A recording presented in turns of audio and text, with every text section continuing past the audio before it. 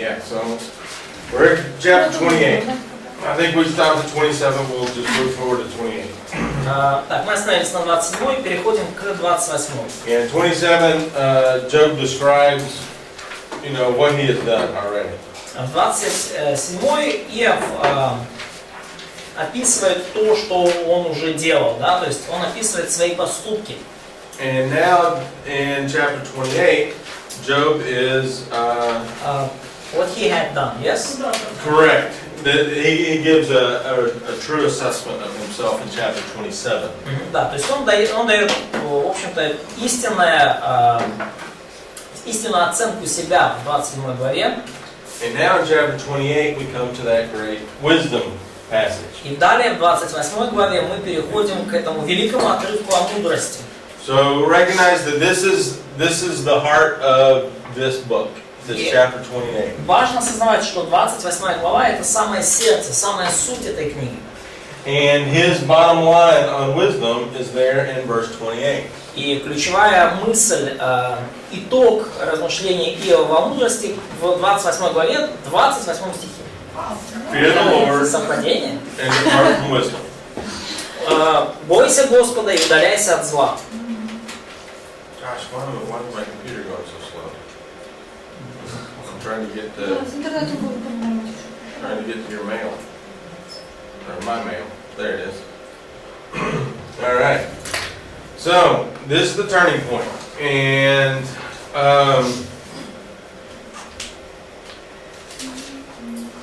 he begins with a very interesting statement that relates to. Oh, we're not going to deal with chronology again. We've already dealt with all that stuff.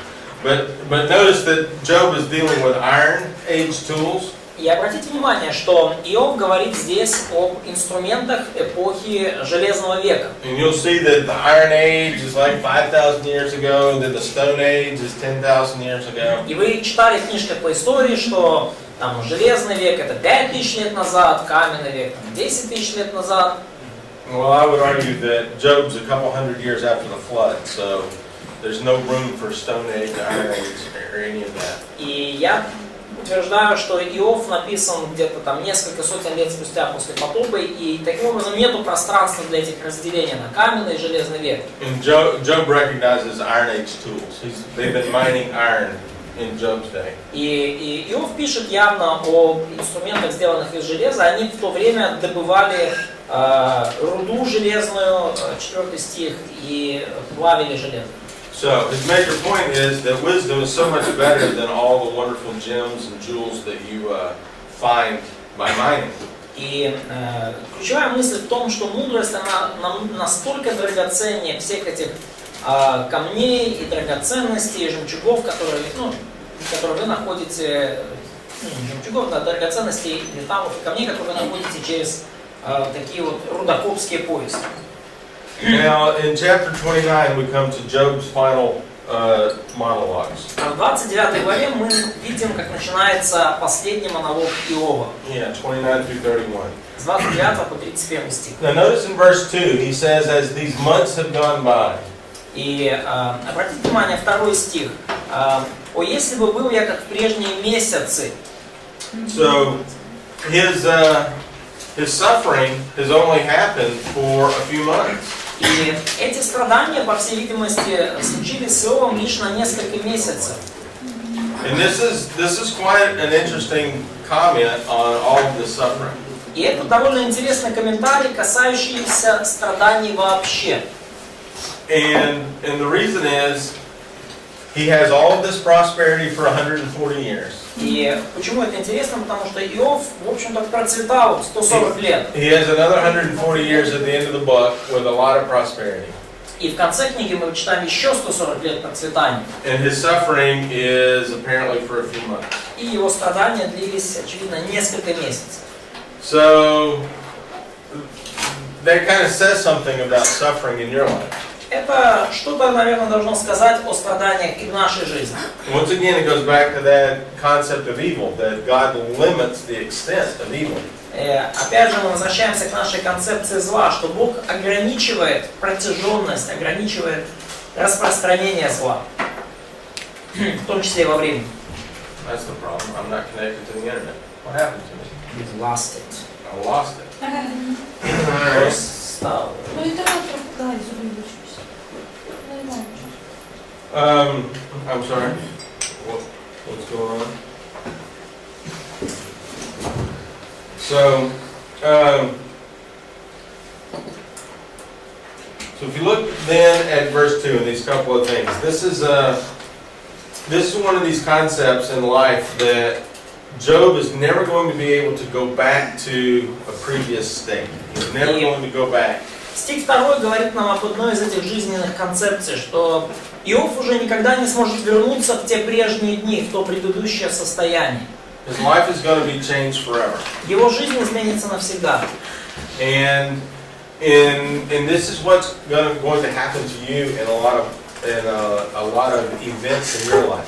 И это также будет случаться и с вами в разных обстоятельствах вашей жизни. Nearly every verse in the beginning of chapter 29, nearly every verse in this first paragraph begins with the word when.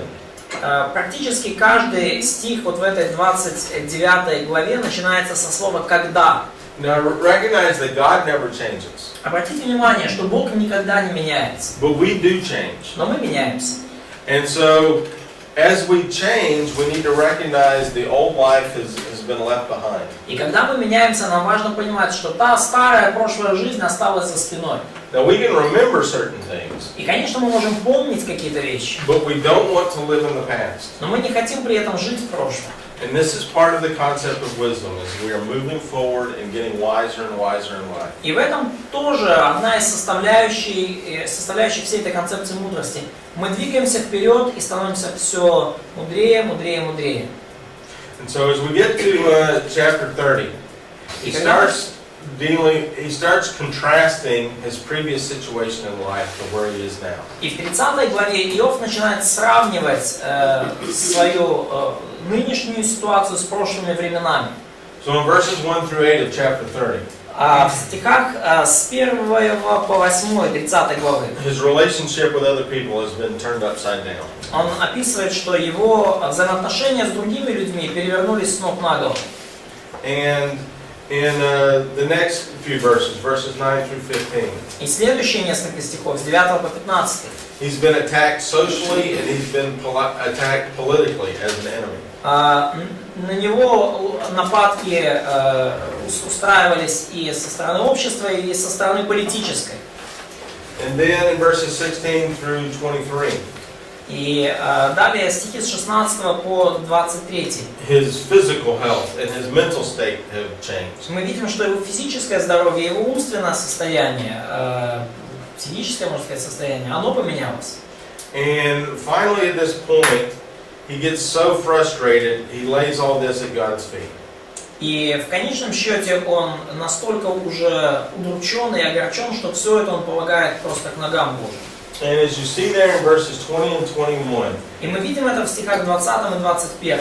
if Job really does fall here in this, those would be the key verses there. И если действительно в течение книги произошло некое падение Иова, если он действительно в процессе согрешил, то вот это, наверное, здесь. He says in verse 21 that God has been cruel to him. Он говорит в 21 стихе, что ты, Бог, сделался жестоким ко мне.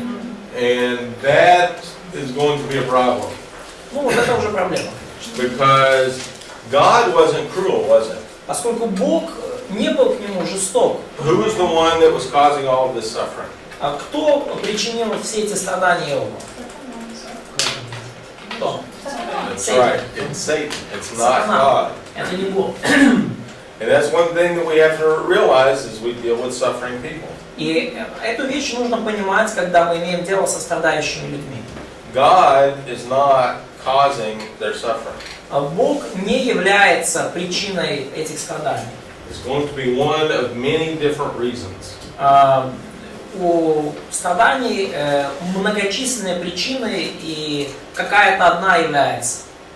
And in chapter 31, Job now takes God to court. И в 31 главе Иов вызывает Бога на суд. Question. То есть любое страдание имеет множество причин, но никогда причиной не является Бог, правильно? So could we say that и любое страдание имеет или может иметь. Может иметь любую причину. So the suffering could have a lot of reasons, but none of them is God. Is it true? Well, that's a good question. Хороший вопрос. God is not going to be cruel or evil to us. Бог не будет проявлять к нам злобу или жестокость. Вот это мы можем тоже. God may lead us into some suffering situations. Бог при этом может поместить нас в какие-то ситуации, где мы можем страдать. And that's what we're going to look at when we get to reasons for suffering. И мы, когда вот уже сейчас перейдем к причинам, по которым люди страдают, мы коснемся этого вопроса. All right, so let me save this file. I finally got it. Let's see. There it is. 1 second. I apologize.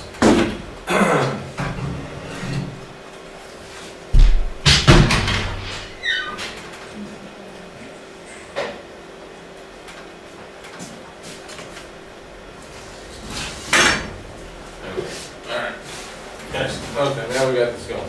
All right, so now in verses 1 through 4 of chapter 31. Итак, 31 глава с 1 по 4 стих. Here's where he challenges God. Здесь мы видим, что Иов бросает вызов Богу. And let's see. So he goes through, and it's kind of interesting if you look through the things that he has not done. This is very close to the Ten Commandments. И очень интересно, если вы перечитываете список всего того, чего Иов, по словам, не делал, то этот список очень напоминает 10 заповедей. In verses 5 through 8, he deals with lying and deceit. С 5 по 7 по 8 стих он говорит о лжи, об обольщении. The second section, verses 9 through 12, he deals with lasciviousness. С 9 по 12 стих он говорит о сексуальной безнравственности, о прельщении женщин.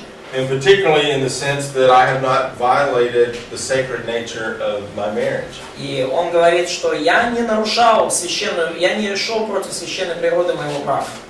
Verses 13 through 15, he deals with being an uncaring businessman.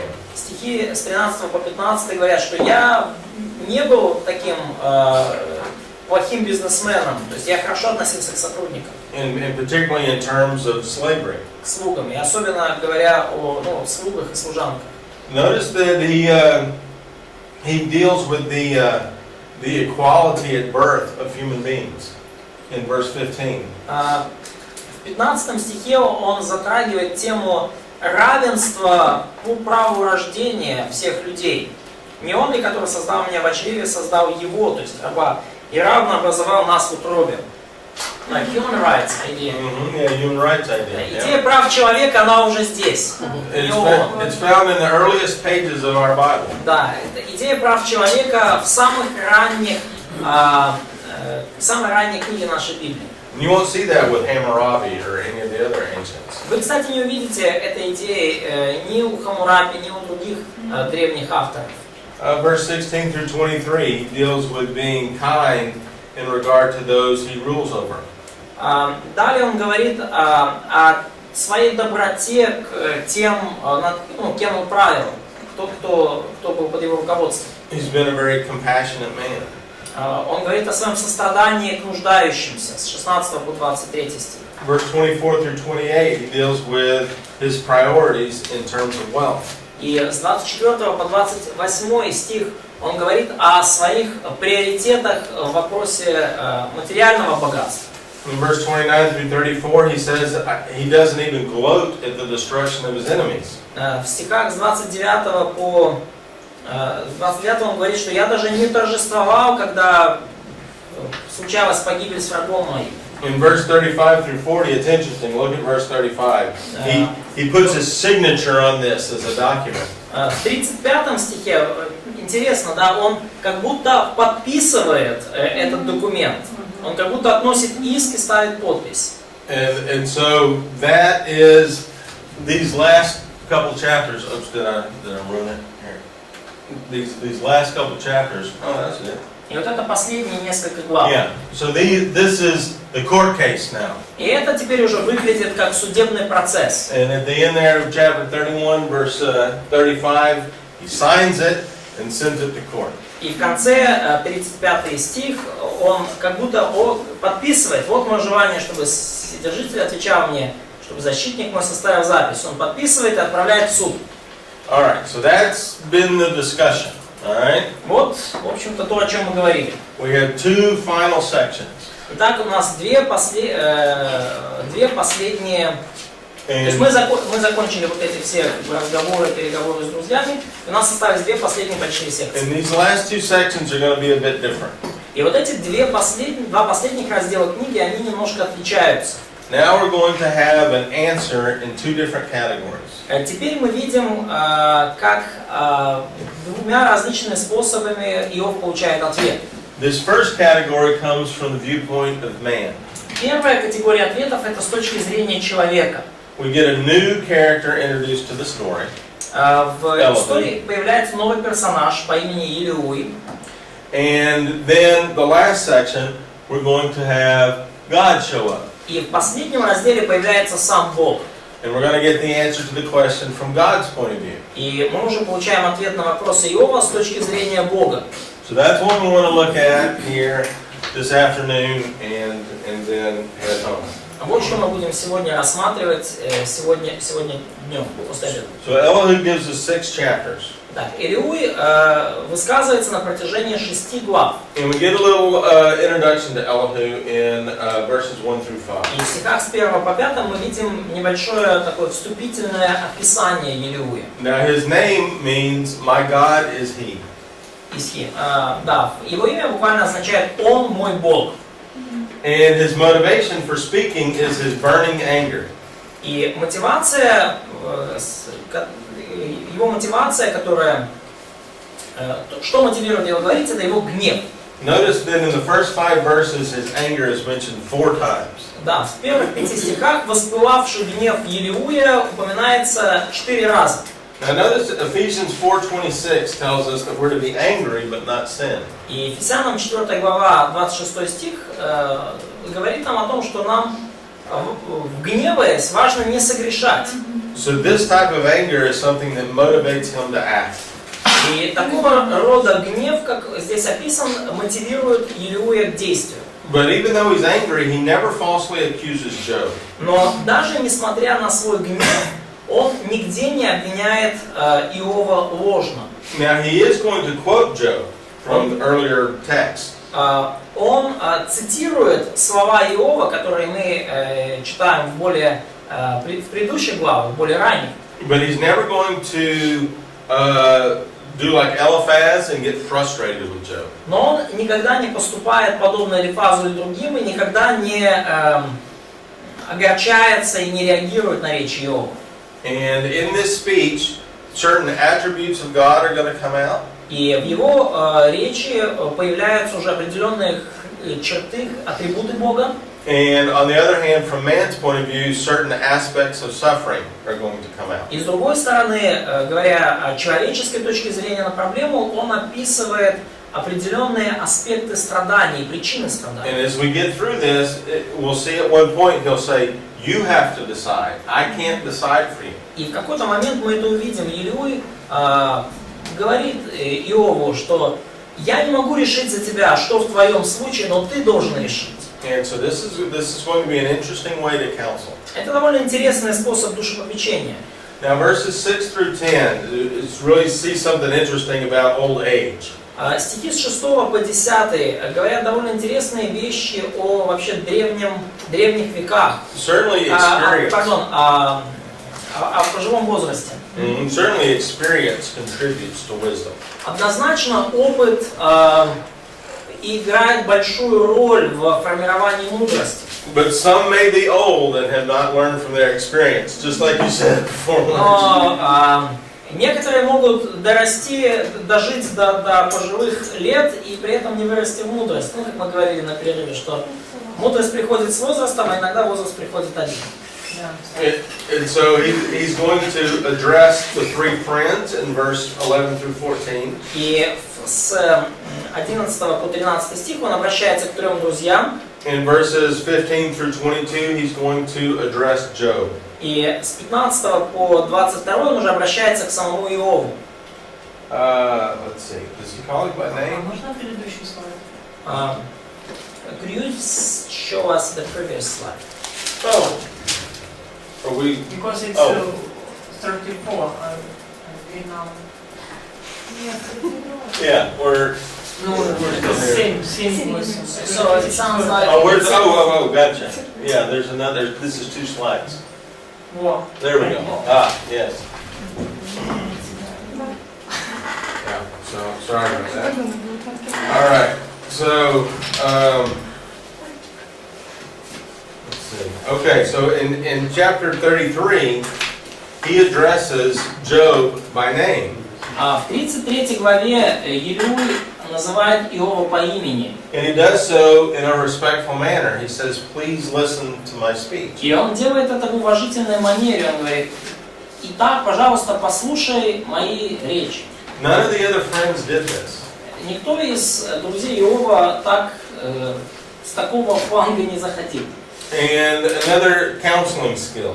Это еще один из навыков хорошего душепопечителя. Treat the other person as a person with their name. Обращайтесь к другому человеку как к человеку, называйте человека по имени. And you may have to ask to be heard.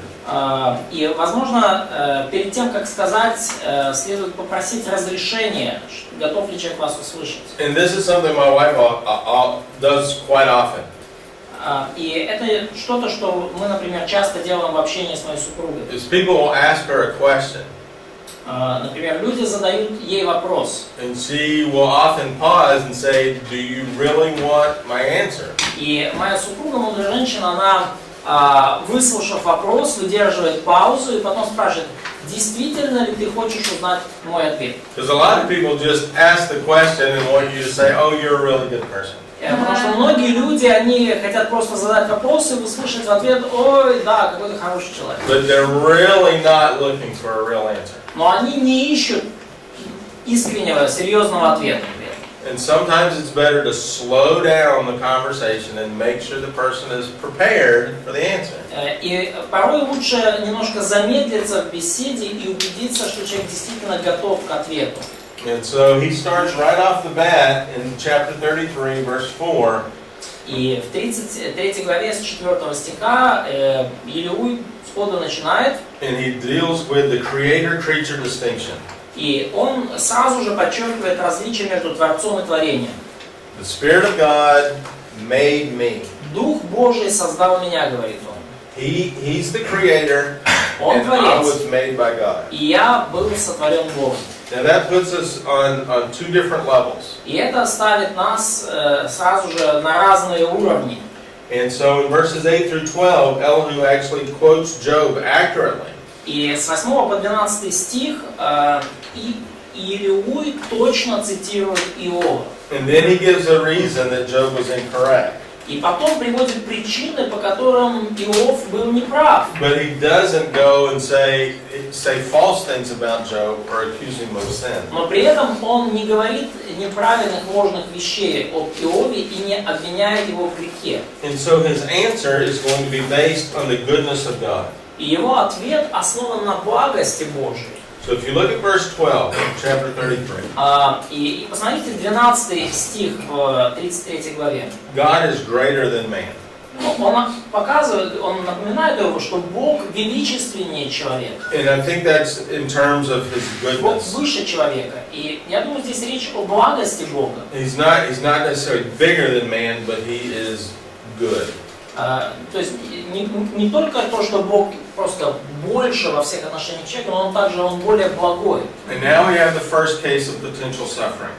И далее у нас приводится первый пример, первый возможный вариант, почему люди страдают. So I'm going to switch slideshows here. Так, и теперь я переключусь на другое слайд-шоу. And Andre's got these. He'll be able to give you this slideshow on suffering. Перешлем сейчас в конце занятий. Let's see. Okay. So there's going to be several reasons for suffering. Итак, здесь Елеуй приводит несколько различных причин, по которым люди страдают. And as we go through these suffering patterns, I'm going to flip back and forth between the slides. И говоря об этих закономерностях и, возможно, причинах страданий, я буду перепрыгивать между слайдами.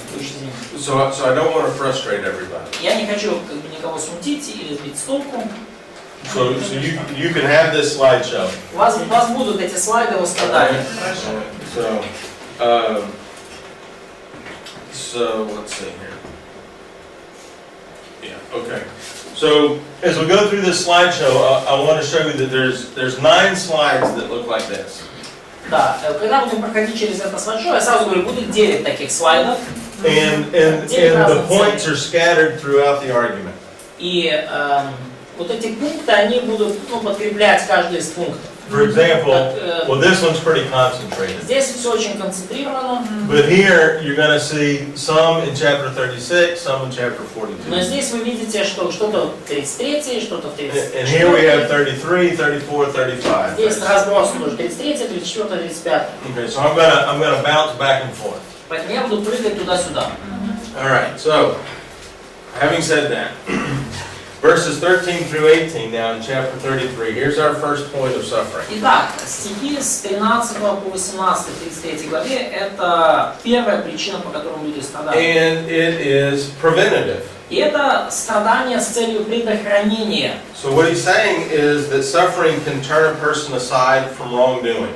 И иными словами, Иисус говорит, что страдания могут предохранить человека от неверных поступков. In other words, it can prevent you from going into disaster.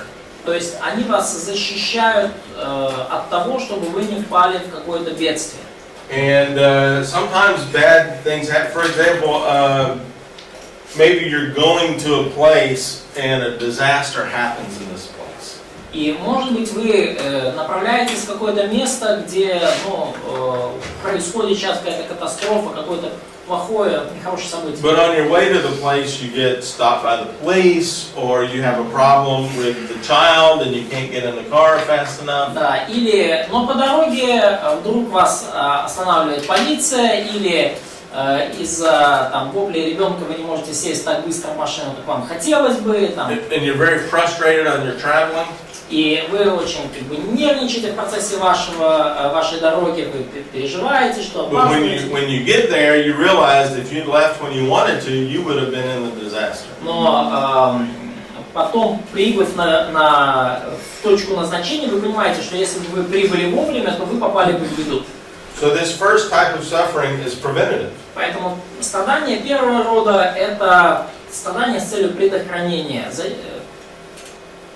One of the things, like we're doing this afternoon, y'all are suffering by listening to the Bible. Как сегодня днем, да, все вы страдаете, поскольку слушаете Библию. And so, hopefully what's being taught here is going to prevent a disaster in the future. И я надеюсь, то, что мы здесь с вами изучаем, то, чему вас учат, предохранит вас от бедствий в будущем. But on a very serious level, what you're doing over these 2 years and getting an education is very difficult. Но говоря серьезно, то, чем вы занимаетесь здесь на протяжении этих 2 лет, ваше образование, это очень сложное вообще предприятие. But it's preparing you to do more difficult things in the future. Но это готовит вас к тому, чтобы делать что-то куда более сложное в будущем. Now verses 19 through 22. Стихи с 19 по 22. The next area of suffering is one in which the person turns to God. Следующая сфера страдания, следующий возможный вид страдания, это когда человек в процессе их вразумляется, обращается к Богу. So we see that that is educational. Yes, да, и это страдание с целью вразумления или образования, лучше вразумления. Yeah, so you see there in verse 22. Мы видим это в 22 стихе. Let's see what happens here.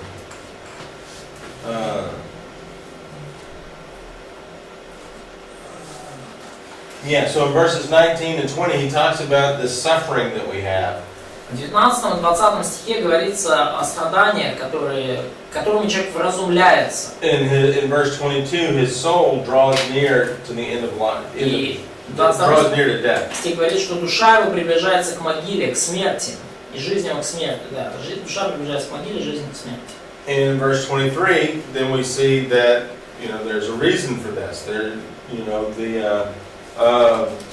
there's a mediator there to remind him what is right. В 23 стихе мы видим некого такого посредника, который показывает человеку прямой путь. То есть мы видим цель, с которой эти страдания существуют. So sometimes suffering prepares the person for that mediator. И потому страдания порой готовят человека к появлению вот этого посредника. And this is particularly true for counselors. И это особенно явно и особенно правдиво для душепопечителей. Sometimes that suffering is a preparation for your counseling, for you to bring the gospel to them. Порой страдание – это подготовка человека к тому, чтобы вы, как душепопечитель, в этих страданиях донесли до человека Евангелие. Is that what I want to say? I think I'm on the wrong slide. Let's see. Now the next area of suffering is one in which a person turns to God. So we can say this is the relational. Следующее, возможно, причина для страдания – это страдание с целью построения отношений. In 23 through 28 we see this, specifically verse 26. С 23 по 28 стих мы это видим, и особенно в 26 стихе. So notice what verse 26 says. That suffering will lead him to pray to God. Мы видим в 26 стихе, что страдание побуждает человека молиться Богу. And basically he will accept God's answer. И мы видим, что человек в таком состоянии, он принимает Божий ответ. And this is really interesting in our own lives too. И это интересно также и в нашей жизни с вами. When everything is all wonderful and we're all prosperous, Когда and, we все идет pray, прекрасно и чудесно, и все мы процветаем, и все чики-пуки. and God answers your prayer, sometimes that prayer is not good enough. И когда Бог отвечает на ваши молитвы, то порой ваши молитвы не такие уж хорошие. But if you've been suffering for a time and you pray, Но если вы страдали какое-то время и молитесь, you're going to be much more ready to accept God's answer. то вы куда более готовы в этом состоянии принять Божий ответ. So notice that this one is not related to sin. Обратите внимание, что такие страдания не связаны с грехом. Sometimes it's preparing you in that relationship with God. Порой эти страдания осуществляют определенную подготовку вашего сердца к более глубоким отношениям с Богом. In verse 29 and 30, we see what we could call glorificational. В 29 и 30 стихах мы можем увидеть страдания с целью прославления. Yeah, it's to glorify God. И мы видим, что эти страдания Бог дает для того, чтобы мы Его прославили. And sometimes when God, as He says in verse 30, when He brings the soul back from the pit, Да, и вот как в 30 стихе говорится, да, чтобы отвести, Бог это делает, чтобы отвести душу его от могилы. he will be enlightened with the light of life. И такой человек просвещается светом живых. I think it's an educational thing. It's Okay, sure, it was yeah. there. It was there. Oh, okay, okay, you're right. Let me move it back. We're in 29, aren't we? Yeah, That one. yeah. Yeah, okay, yeah, exactly. And so we learn something new about God. То есть мы узнаем что-то новое о Боге. So that enlightens us as God delivers us from disaster. И это, когда Бог избавляет нас от какой-то беды, это просвещает нас. So now in chapter 34, Elihu makes a second speech. И далее в 34 главе мы видим вторую речь Илиуя. Now he's going to emphasize God's integrity. И в ней Илиуй подчеркивает целостный, чистый характер Бога. And he's going to say that we may consider ourselves to be righteous. И он говорит о том, что мы, конечно, можем посчитать себя праведными, But the Almighty can do no wrong. но всемогущий уж точно не может сделать никакого зла. So notice there's a difference there. There's relative righteousness with human beings. И обратите внимание, здесь уже проводится различие между относительной праведностью нашей людей And there's perfect righteousness with God. и совершенной праведностью Бога. So now at the end of this paragraph, he simply says that if the Almighty decided to go away, the whole universe would collapse. И в конце этого абзаца он говорит, что если всемогущий решит оставить нас на одних, то вся Вселенная просто разлетится, And that's перестанет существовать. Yeah, that's what he's saying there in verses 13 through 15. Это он говорит в стихах с 13 по 15. So in other words, we depend on God's integrity to live. Иными словами, наша жизнь зависит от от целостного Божьего характера, от Его чистоты. Even when we're righteous, we're not in conflict with God's righteousness.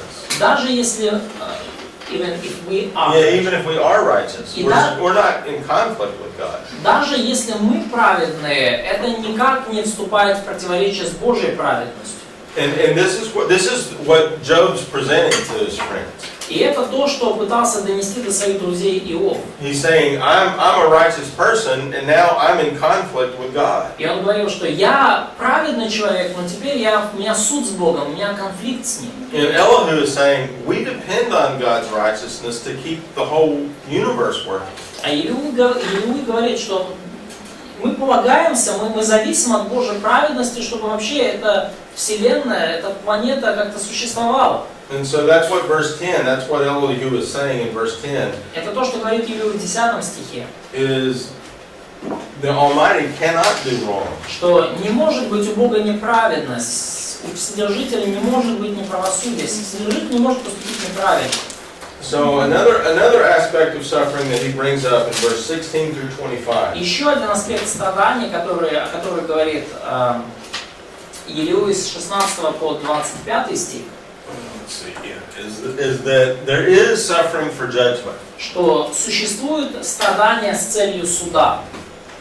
And so as man watches evil fall and the wicked die, И когда человек наблюдает за тем, как злые люди падают и нечестивые умирают, we will observe God's fairness. то мы видим в этом справедливость и справедливость Бога, Его лицеприятность. And so as we watch history play out, where wicked people rise and then they're killed, and unfair people grow up and then they turn poor.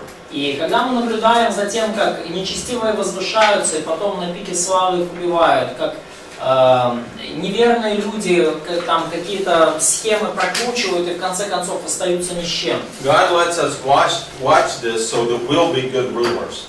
то мы понимаем, что Бог дает нам это видеть, их взлеты и падения, чтобы мы были хорошими правителями и распорядителями. For example, some of us grew up with bad parents. Например, некоторые люди выросли в семье с плохими родителями. Now I had wonderful parents, but I know a lot of people had very bad parents. Например, у меня были чудесные, замечательные родители, но я знаю многих людей, родители у которых были очень нехорошие. An application of this is that you got to see that so that you could be a good parent. И применение такое: вы увидели, что значит быть плохим родителем в своей семье, так что теперь вы знаете, как быть хорошим. And some of the things that we observe in history with bad governments. И какие-то вещи, которые мы видим в истории, когда плохое правительство, плохое управление страной. That's so that when we run, whatever we run, whether it's a family, a business, or get in government, we'll do better. Эти примеры даны нам для того, чтобы когда мы будем руководить чем бы то ни было, семьей, бизнесом, страной, чтобы мы лучше справились. And so in verse 26 through 30, he now talks about a corrective nature of discipline. И далее в стихах с 26 по 30 он говорит о корректирующей, дисциплинирующей природе страдания. It's probably next slide. Yeah, and so in 26. yeah, and if you look at verse 30 particularly. Особенно 30 стих, посмотрите. Yeah, there it is. 34, 30, yes. Verse 30. Oh, yep. There it is. Yeah, and so you'll see that so that godless men would not rule and be snares of the people. Да, чтобы сказано, чтобы не царствовал лицемер к соблазну народа. So it's to correct them. Да, то есть это Бог допускает некоторые вещи, чтобы корректировать людей. And so we can observe how God corrects others and learn that for ourselves. И мы можем наблюдать за тем, как Бог корректирует других людей и учиться из этих уроков брать эти уроки для своей жизни. То есть допускает, то есть допускает царство, ну, как бы, таких вот целей, как бы, So it's not very clear. Yeah. So verse 26, he punishes them for their wickedness wherever one can see them. Yeah, yes, and so there's a public demonstration of God's righteousness. Да, 26 стих, да, что он поражает беззаконных людей перед глазами других. То есть это публичная демонстрация Божьей праведности. And so one of the reasons, yeah, one of the reasons for that is so that we don't do the wrong thing. Да, и одна из причин, чтобы нам было неповадно, чтобы мы не делали плохих вещей. Yeah, and so in that case, verse 28, that's so that we will then go to God for the solution. И стих 28 говорит, что чтобы это все делается для того, чтобы мы шли к Богу с решением. То есть теперь уже, да, вопль бедных доходит до него, да, чтобы дошел, чтобы он услышал стенание угнетенных. Now, notice what Elihu says in verse 33. И обратите внимание, что Елеуй говорит в 33 стихе. He says, is God going to pay you based on your terms? И он говорит Иову, как ты думаешь, что будет ли он воздавать тебе по твоим правилам, по твоему рассуждению? In other words, is this suffering because of something that you've done? Or is it something somebody else has done, or is it for one of these many reasons? He asks Job. Yeah, да, he asks Job. То есть он задает его вопрос. Как ты думаешь, Иов, это страдание твое из-за того, что ты сделал, из-за того, что кто-то другой сделал? По какой причине ты страдаешь? So in the middle of the verse, Elihu says, you have to choose one of these reasons. И посреди стиха Елеуй говорит, да, как ты отвергаешь, что тебе следует избирать, а не мне. То есть ты выбери одну из причин. Elihu can't pick it. Елеуй не может выбрать правильно. And this is one of the humbling parts of Elihu's speech, and one of the humbling aspects of counseling. И это одна из таких это один из смиряющих моментов в речи Елеуя и один из смиряющих элементов вообще в душепопечении. Elihu says there's a whole bunch of reasons for suffering. And I don't know what it is with you. И Елеуй говорит, есть огромное количество причин, по которым люди страдают, и я не знаю именно твою причину. And so he says at the end of verse 33, И он говорит в конце 33 you declare what you know. Ты скажи, ты провозгласи, что говори, что знаешь. So Job is the one that's going to have to take all of this information and decide for himself. И именно Иов должен принять всю эту информацию и сделать решение для себя. Now in this third speech in chapter 35, В третьей речи Иова, Елеуя, в 35 главе Иова, he's saying that Job has things backwards. Елеуй утверждает, что Иов все перевернул, да, поставил телегу впереди лошади. He says his righteousness is benefiting God. Job said. Yeah, Job is saying, I'm a righteous person, and that's God's benefit. Елеуй говорит, что ты, Иов, говоришь, что я человек праведный, и Богу от этого польза. And my righteousness is more profitable to you, God, than my sins. И Елеуй, цитируя Иова, говорит, что ты, Иов, сказал, что моя праведность больше пользы тебе приносит, чем мои грехи. And he says that's the other way around. We actually benefit from God. И он говорит, Иов, на самом деле все наоборот. Нам польза от Бога, а не Ему от нас. And so this is what he's saying here in chapter 35. И об этом он говорит в 35 главе. Now in verses 3 through 11, he emphasizes the nature of us learning about God and suffering. И в 33 главе, с 4 по 11 он говорит, что That's not it. nature. This one. Hang on a second. Yeah, it's particularly verses 4 through 8. Да, особенно в стихах с 4 по 8. That this is going to tell us something about God's nature. Он говорит, что природа показывает нам что-то о характере Бога. So So in verse 4 he says, I'm going to answer you and your friends about this issue. В 4 стихе он говорит: «Я отвечу тебе и твоим друзьям по этому вопросу». And he says, look up in the sky and look to the heavens and you'll see it. You'll see this. И он говорит: посмотри на небо, посмотри на облака, ты это увидишь. And what we're going through is so much bigger than what we are. И то, через what we're going through, like, Yeah. In verse 5, the clouds are higher than us. стих 5, да, он говорит, что эти облака выше нас, выше тебя. And this is still part of his argument, that in verse 6, if you're a sinner, well, have you really hurt God? Да, и это часть аргумента 6 стиха. Если ты грешишь, действительно ли это так уж задевает Бога? And in verse 7, if you're a good person, have you actually given something to him? Да, то есть действительно ты ему такой уж дикий вред причиняешь. И стих 7 противоположный. Если ты праведен, ты ему что-то действительно такое ценное даешь. By the way, that's an interesting point on counseling too. И это, кстати, довольно интересная мысль, касающаяся душепопечения. Is if you're dealing with a sinner, they haven't hurt God at all.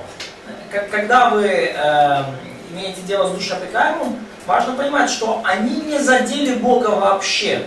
Now it's true that Christ died for their sins on the cross. That's certainly true. И, конечно же, это правда, что Иисус умер за наши грехи на кресте. Это так. But God is immutable. Но Бог неизменный. And He doesn't require the creation to be God. И Он не требует от творения, чтобы творение было Богом. So could you maybe explain that a little bit? I see some people just turned on. So yeah. Because like we've heard so many times that our sins are insulting God. Our God feels pain because of us. Ну, я попросил разъяснения, потому что мы столько раз слышали, что наши грехи оскорбляют Бога, Богу больно из-за наших грехов. But does your sin change the nature of God? Но вопрос в том, меняют ли ваши грехи природу Бога, Его характер? Is God less God because you've taken something away in sin? Уменьшился ли Бог, стал ли Он Богом в меньшей степени от того, что вы что-то взяли не ваше и согрешили? So again, this is a wisdom point. This is a very good wisdom point. Здесь хороший момент касательно мудрости. It's true, yes. Christ suffered our sufferings. Конечно же, это правда, что Христос принял на себя наши страдания. And to an extent, God is paying by our sins. That's true. И вот до такой степени Бог уплатил, понес на себе наши грехи. But the whole big picture is God's essence doesn't change because of us. Но большая картина, глобальная, в том, что Божья сущность из-за нас не поменялась. He's not less God because of our sins. He's not more God because of our righteousness. Он не является в меньшей степени Богом из-за наших грехов и в большей степени Богом из-за нашей праведности. And so our suffering brings us to that point that God's going to be stable, whatever happens. И наши страдания приводят нас к пониманию того, что Бог останется в стабильном состоянии, что бы ни произошло. Бог останется тем же. And so, let's see. What is he saying here in verse 10? So when Elihu asked, "Where is my Creator?" In other words, he says, everybody knows that there's a God. We have different meaning. We have like in your NISB, but no one says, "Where is God, my Maker?" Right. No one says, "Where's the Creator?" In other words, everybody knows they have a Creator. Да, вот это вот никто не говорит, где Бог, Творец мой. Да, 10 стих. Да, Go ahead. Смысл в том, что никто не задается такими вопросами, все знают, что Бог есть и Он Творец. The big issue is that people resist the Creator. Проблема не в том, что люди не знают, где Бог. Проблема в том, что они противятся Творцу. In other words, as Paul says in Romans 1 and 2, как говорит Павел в стихах 1 и 2, nobody is an atheist. Никто не атеист. Да? They just resist that knowledge. Люди просто противятся этому знанию. And What he's saying in this section here is that the answer may be as complicated as the creation. It may be as complicated as the weather in the clouds. The answer. Yeah, the answer. Yeah, the answer may be very complicated. Но о чем здесь дальше говорит Илью, что ответ на наши вопросы может быть настолько же сложным, как облака и вообще все, что в природе. And so the important thing is, don't worry about God being unjust. Поэтому основная мысль в том, что не переживайте о том, что Бог окажется тут несправедливым. The more important issue is man needs to learn something. Более важная мысль в том, что человеку нужно чему-то научиться. See, and this has been somewhat of Job's approach at the very end. Is I need to teach you, God, about my righteousness. И это было немножко как бы уже то, куда Иова занесло ближе к концу книги, что Бог, я тебя научу по поводу своей праведности. And the real issue is Job actually needs to learn something about God. Да, но And God's righteousness. в реальности это не Иову нужно учить Бога о своей праведности, это ему нужно научиться у Бога о его праведности. Now in chapters 36 and 37, the emphasis now goes to God's power. В 36-37 главе акцент смещается на Божью силу. And he describes suffering in the sense that it enslaves a person. И Илью описывает страдания в таких терминах, что они порабощают человека. And when he is relieved, that person knows what it's like to be free. И когда человек освобождается от страданий, то теперь он уже знает, что такое свобода. So sometimes we need to have that contrast to know what it's like being free. И потому для нас порой полезно прочувствовать такой контраст, чтобы больше ценить свободу. И знать, что значит быть свободным. So it's really true when you have a bad king and the people are in slavery, that they have no concept of freedom. Это действительно правда, что если у людей плохой царь и они рабы, то они вообще понятия не имеют, что такое свобода. And then when that ruler is removed, and people then learn what freedom is. И потом этого правителя смещают, и люди наконец-то понимают, что такое свобода. And sometimes that is very enlightening. И порой это просвещает. And that's a lot like what suffering is. И, в общем-то, это похоже на то, как оно обстоит со страданиями. And then verse 17 through 23, he talks about the way one should use wealth. И с 17 по 23 стих он говорит о том, как пользоваться богатством. And 17 through 23. yeah, I think is it 17 to 23? Это какая глава? We are in 36 now, yes? We're in chapter 36. Да, мы 36. Ага. Да, с 17 по 23. Как пользоваться богатством. How to use wealth, yes? Yes, and so when you use your wealth to get rid of evil, Что это значит использовать богатство для того, чтобы избавиться от зла? he says, don't think that you're the one that's getting rid of evil.